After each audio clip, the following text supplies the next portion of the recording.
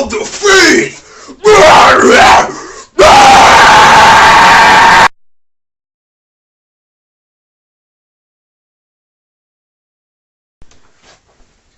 Hey, what's up guys, Maidenslave here, and today we're going to be talking about Defenders of the Faith, Judas Priest's 9th album.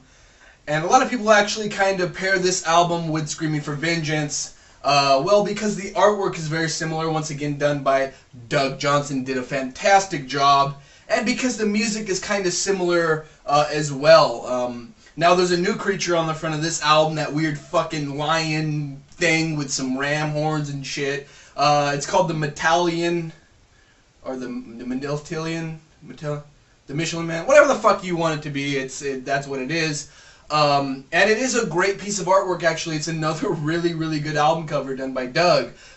Just great shit. I mean, the kind of creature concept was fairly new at this time. And on top of that, it kind of stood for something. Well, the song itself, and yeah, it sends a good message. You know, Defenders of the Faith kind of sounds like a Christian, like, rock group or like an album or something, but it's not. It's just kind of vague, you know, kind of Defenders of the Faith. Positive album. The sound is actually better than Screaming for Vengeance, in my opinion. It is definitely heavier. If you remember on Screaming for Vengeance, I said that it felt like the drums and the bass kind of got robbed in the final master. But they were brought out a lot. This album is a lot heavier. It's, you know, this album's very interesting. You know, there's some points in this album where it's like, yeah, this is totally Judas Priest in the mid-'80s. There's a few parts where it kind of feels like some of their older stuff. And there's actually a few songs and a few parts on this album that foreshadow future works like Painkiller. This album is, in my opinion, it's a lot harder, heavier, and better than Screaming for Vengeance. There is one kind of minor critique about the actual sound. The drums on this album, although they definitely sounded a lot bigger than Screaming for Vengeance, the snare has that classic 80s, like, slapping a fucking butt cheek sound. You know what I'm saying? Like, doosh, doosh, doosh, doosh. And for that, it really ages it. I know that's a funny analogy, but really the snare sounds like that, even on the remastered version of this album. Although a lot of people prefer Screaming for Vengeance over Defenders of the Faith, I actually have always liked Defenders a lot more than Screaming. I feel like it's a much more consistent album. It's a heavier album. There's a lot more better music writing on this album. And aside from the artwork and maybe a little bit of the sound, I really feel like Defenders of the Faith is a very different album than Screaming for Vengeance.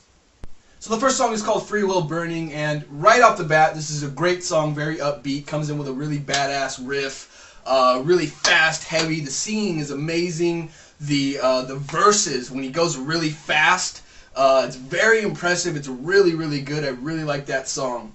Next song is called Jawbreaker, and wow, this song is really heavy for Judas Priest at this time, really fast and aggressive for Priest. The chorus is amazing, how he goes really high at the very end. Amazing performance by Rob Halford on that song, and by the entire band.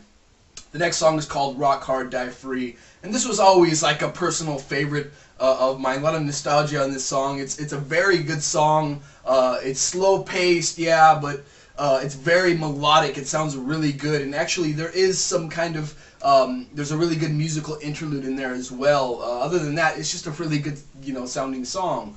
The next song is called The Sentinel, and this song starts out with a really, really cool kind of guitar intro, a really good riff, and it is a really, really good song. Once again, very upbeat. The vocals are extremely impressive. I really like the lyrics and the choruses and everything in that song.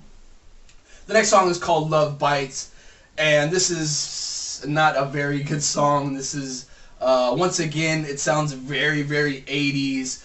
To me, it's just a chorus. It's not very memorable. Yeah, it's one of the weaker songs on this album for sure. The next song is called Eat Me Alive, and this is a good song, actually. And this is one of the moments on the album for me that actually foreshadows future stuff like Painkiller. I mean, there's moments on this album where it actually sounds like Priest in the future, where they were going to eventually go. Now, I know that they kind of took a big left turn after this album on Turbo, but kind of eventually when they got back to rocking hard, if you will, there's definitely shades on this album that sound similar to their future works. Next song is called Some Heads Are Gonna Roll, and once again, this was actually written by Robert Halligan Jr. And once again, it's an okay song, one of the better commercially friendly songs. It's not all chorus. I mean, there's some pretty impressive musical parts in there, but for the most part, it's pretty forgettable. Next song is called Night Comes Down, and this is a very weak song to me. Very slow. It's kind of similar to Stranger in a Strange Land by Iron Maiden, except there's no impressive interlude or your solos or musical parts in there. It's way too long for what it is. I feel like it should have been a lot shorter. It's very laid back. I don't know. I found it very weak. And the last two songs are Heavy Duty and Defenders of the Faith, and they go together. And this is one of those big anthems with a big drum beat in there. You know, I personally don't like this part of the album usually, to be honest with you. I will be done at this point with this album because I don't really like these kind of songs. But I will give it this. It isn't very long at all. It's very short. The entirety of both of the songs is about 3 minutes. So it's not that bad. It's just a big anthem. You know, that's kind of where metal was going in a lot of ways at this point. Well, it was going down that path, and it was also going down, thrash, but that's a completely different subject. This is a much more consistent album than Screaming for Vengeance. Sure, there's a few kind of stinkers in there, fillers, if you will, that I feel like are not very memorable, but this is definitely the strongest album since Stained Class, in my opinion. Definitely a great album. And just a little side note, for, anybody that's just getting into Priest, I know people tell you to go to British Steel or Pain, particularly for, like, I don't know, Iron Maiden fans. This album does really, really well with Iron Maiden fans. It's a very easy step into Priest because they go in completely different directions. This is definitely probably the safest way to go with Priest. It's a great, great album.